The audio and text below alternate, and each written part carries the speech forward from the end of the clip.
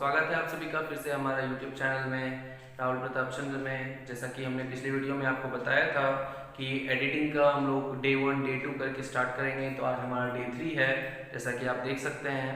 ठीक है, तो एडिटिंग और ऑडिशन को किस तरह से सॉल्व किया जाए, किस तरह से बनाया जाए, और मैंने ये भी बताया था कि ग्रामर में आप लोगों ने बचपन से अब तक में जितना भी पढ़ाई किया है, ठीक है, हर एक टॉपिक का यहाँ पे यूज़ होगा, हर एक चीज़ों को हम लोग को यहाँ पे समझना होगा। ठीक है, इसलिए थोड़ा ध्यान दें यहाँ पे किस तरह से हम लोग नेक्स्ट क्वेश्चन को बनाने जा रहे हैं। और जिसने भी अभी तक वीडियो को लाइक नहीं किया वो लाइक कर दें, शेयर कर दें, और जो हमारे चैनल पे पहली बार आए हैं वो चैनल को सब्सक्राइब करके ऑल नोटिफिकेशन ऑन कर दें, लेकिन बेल आइकन दबा के।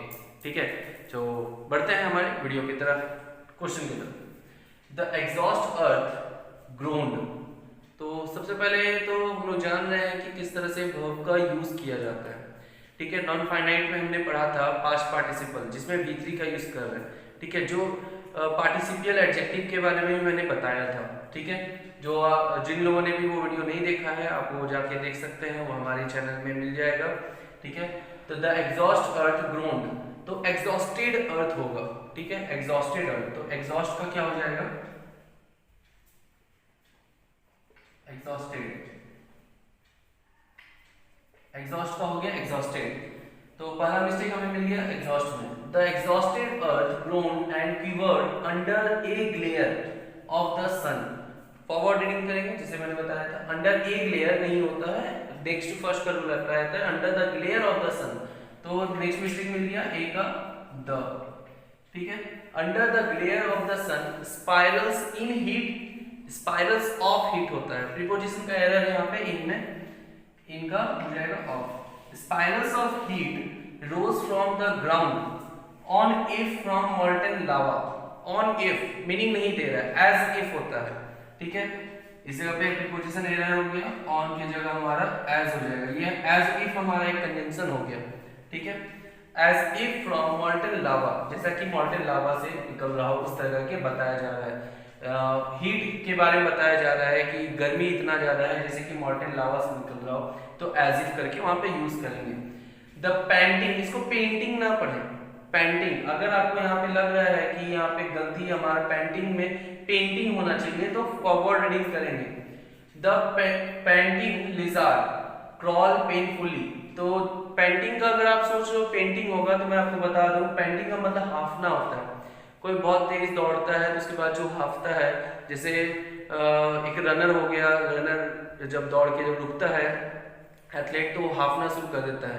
ठीक है, तो उसी हाफना को कहते हैं पैंट, PANT। अगर आप लोग बोल रहे हो कि सर पैंट तो हम लोग जो पहनते हैं उसको बोलते हैं, बिल्कुल गलत। आप लोग पैंट नहीं पहनते, आप लोग पैंट्स पहनते हैं, हम लोग पैंट्स पहनते हैं, PANTS उसमें होता है। ठीक है, तो जो भी चीज पेयर में आता है उसमें S लगा होता है, जैसे सीजर्स होता है, ट्राउजर्स होता है, उसी तरह पैंट्स होता है। ठीक है, इसलिए पैंट का मतलब हो गया ना कि पहनने वाला पैंट जो हो गया, इसका मतलब हाफना हो गया द पेंटिंग। तो इसमें और कहीं हमको एरर नहीं मिला, तो द पेंटिंग लिजार्ड। अब लिजार्ड के बारे में बात हो रहा है, इसके पहले हम लोग लिजार्ड के बारे में कहीं नहीं पढ़ा, तो अभी तक ये हमारे लिए अननोन था। तो जब अननोन रहता है, ठीक है, यानी कि ये इनडेफिनिट का बात कर रहा था, यानी कि ये आर्टिकल एरर हो गया, इस जगह पे द की जगह हमारा ए हो जाएगा, ए पेंटिंग लिजार्ड क्रॉल। मैंने कहा था कि जब भी हम लोग एडिटिंग ऑडिशन बनाएंगे तो उसके टेंस पे ध्यान देंगे। शुरुआत से देख रहे हैं कि हमारा पास्ट टेंस जा रहा है। ठीक है, पास्ट टेंस जा रहा है, देख सकते हैं, तो वर्ब हमारा पास्ट में जा रहा है, क्रॉल हमारे यहाँ वर्ब हो गया, तो क्रॉल का हो जाएगा हमारा क्रॉल्ड हो गया, हमारा यहाँ पे क्रॉल्ड हो जाएगा। ठीक है, उसके बाद है crawled painfully over the hot rock on search of. समझ में आ रहा है कि इन सर्च ऑफ होता है, बहुत कॉमन सा मिस्टेक था, ऑन की जगह इन हो जाएगा, इन सर्च ऑफ होता है, सभी जान रहे थे इस चीज को। In search of the shady crevice cattle. Forward reading करेंगे, अगर नहीं समझ में आया तो कैटल और डॉग्स। अब देख रहे हो कि यहाँ प्लूरल है, तो आप लोगों को लग रहा होगा कि यहाँ कैटल्स करना चाहिए। ठीक है, तो मैं आपको बता दूं कैटल का सिंगुलर और प्लूरल फॉर्म कैटल ही होता है। ठीक है, इसलिए कैटल्स ये नहीं होगा, एरर इसमें नहीं है, एरर है हमारा आर्टिकल द पे।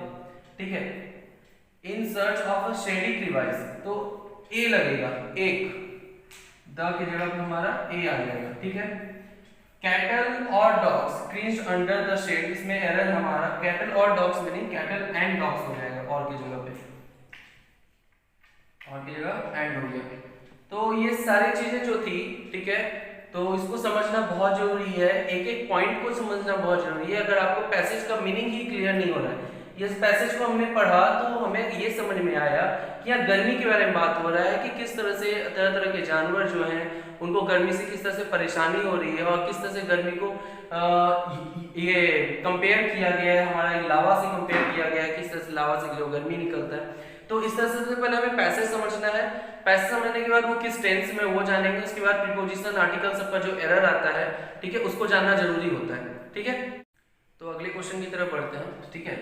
अगर आपको ये क्वेश्चन देख के लग रहा है, अगर किसी को लग रहा है कि नवाब का मिनिस्टर का क्वेश्चन सर आप पहले भी बता चुके हैं, तो मैं आपको बता दूं कि ये नवाब और मिनिस्टर का जरूर है, लेकिन ये वो पैराग्राफ नहीं है जिसने जो आपने पहले वाले वीडियो में देखा था, इसलिए इसको अच्छे से समझेंगे।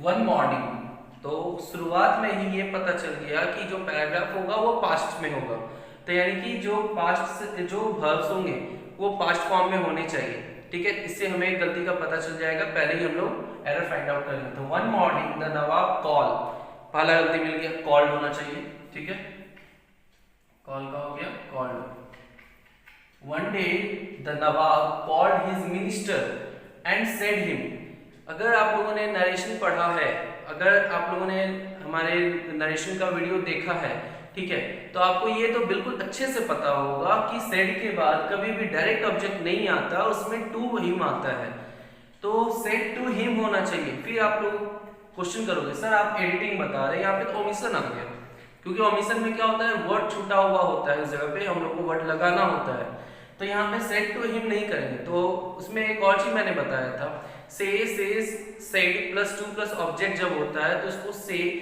Tell tells told plus object में चेंज करते हैं, मतलब कि सेड हिम की जगह टोल्ड हिम हो जाएगा, ठीक है, सेड हिम की जगह टोल्ड हिम हो जाएगा। Told him that I wanted, narration का error, first person according to subject change करना है, आई मिनिस्टर के लिए कहा जाएगा या नवाब के लिए, नवाब के लिए कहा जाएगा क्योंकि नवाब चाहता है, तो यहाँ नवाब के लिए चेंज हो जाएगा ही, तो आई की जगह हो गया हमारा ही। That he wanted the length and breadth from the whole earth, preposition error, from the whole earth की जगह क्या होना चाहिए, of the whole earth, from की जगह हो जाएगा of। He wanted the length and breadth of the whole earth measured, ठीक है, सेंटेंस यहाँ कंप्लीट हुआ। Next sentence, he also feel हमारा प्रेजेंट वर्ब हुआ, पास्ट में चेंज करेंगे, जैसा कि हमने बताया था कि ये इस पैराग्राफ हमारा पास्ट में है, तो फील का हम क्लियर समझ में आ रहा है, यहाँ पे फील का फेल्ट हो जाएगा, ठीक है, फील का फेल्ट हो गया। Felt the need to have, तो 2 + V1 ये तो बिल्कुल सही है, the stars in a whole sky, तो हम लोग जान रहे हैं प्रीपोजिशन है इन अ होल स्काई, नहीं इन द होल स्काई हो जाएगा, एक हो जाएगा the, in the whole sky counted, ठीक है। द मिनिस्टर सेज, टेंस का एरर, प्रेजेंट एंड पास्ट में हम लोग पहले भी डिस्कस कर चुके हैं कि किस तरह से पैराग्राफ हमारा पास्ट में है, तो सेज का हो जाएगा said. The minister said that the task, अब कोई इस जगह पे टोल्ड नहीं करना, क्यों, टोल्ड तभी करेंगे जब हमारा ऑब्जेक्ट दिया हो, सेज के बाद डैट आ गया, कंजंक्शन आ गया, मी या फिर कुछ भी रहता, मिनिस्टर रहता तो हम टोल्ड कर सकते थे, लेकिन यहाँ नहीं होगा, ठीक है।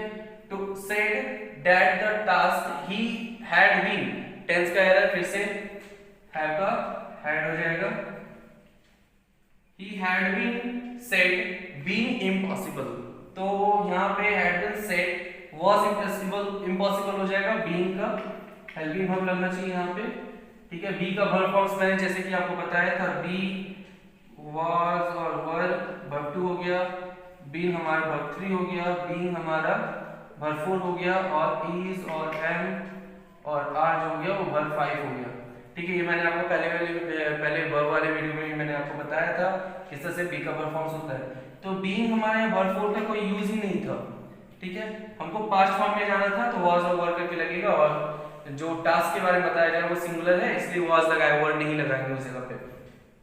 ओके, आपको ये सारा डाउट क्लियर हुआ, आप देख सकते हो कि टेंस का अगर नॉलेज है आपको, तो वर्ब में किस तरह से क्वेश्चन आया था, वर्ब का एक पार्ट, पहला क्वेश्चन 1 मार्क आपको मिल सकता है। यहाँ पे भी आपको वर्ब का नॉलेज होना चाहिए। 2 वर्ब हो गया, 3 इसके 4 5 और एक 6, मतलब एक ही पैराग्राफ में सिर्फ वर्ब से रिलेटेड 6 क्वेश्चंस आ गए। ठीक है, और एग्जाम में ये अगर आपको आता है 3 से 4 मार्क्स का आपको एडिटिंग ओमिशन आता है। ठीक है, यानी हाफ हाफ मार्क्स करके आपका रहता है। ये 4 मार्क्स का होगा, एक क्वेश्चन आपका पहले से बना हुआ रहेगा आपके क्वेश्चन पेपर में। तो टोटल 8 क्वेश्चंस यानी कि 4 मार्क्स हाफ ईच क्वेश्चन हो गया। तो यानी कि अगर देखा जाए 1 2 3 4 5 यानी 2.5 मार्क्स आपके पॉकेट में आ जाएगा। ठीक है, तो ये चीज को आप समझ लो कि टेंस का नॉलेज आपको होना जरूरी है। ठीक है, ना केवल टेंस बल्कि ग्रामर का हर एक पार्ट को जानना है, हर एक टॉपिक को जानना है, तब जाके आपको ये सारा एडिटिंग और ओमिशन क्लियर होगा। ठीक है, एडिटिंग के 1-2 वीडियो और बनाने के बाद मैं ओमिशन में आऊंगा। ठीक है, तो अभी तक जिसने भी वीडियो को लाइक नहीं किया है, वीडियो को लाइक कर दें। ठीक है, शेयर करें अपने फ्रेंड्स के साथ ताकि वो भी इस वीडियो का लुत्फ उठा सके, फायदा उठा सके। ठीक है, और जिन्होंने भी अभी तक चैनल को सब्सक्राइब नहीं किया, चैनल को सब्सक्राइब करके बेल आइकन दबा के ऑल नोटिफिकेशन ऑन कर दे। Thank you so much.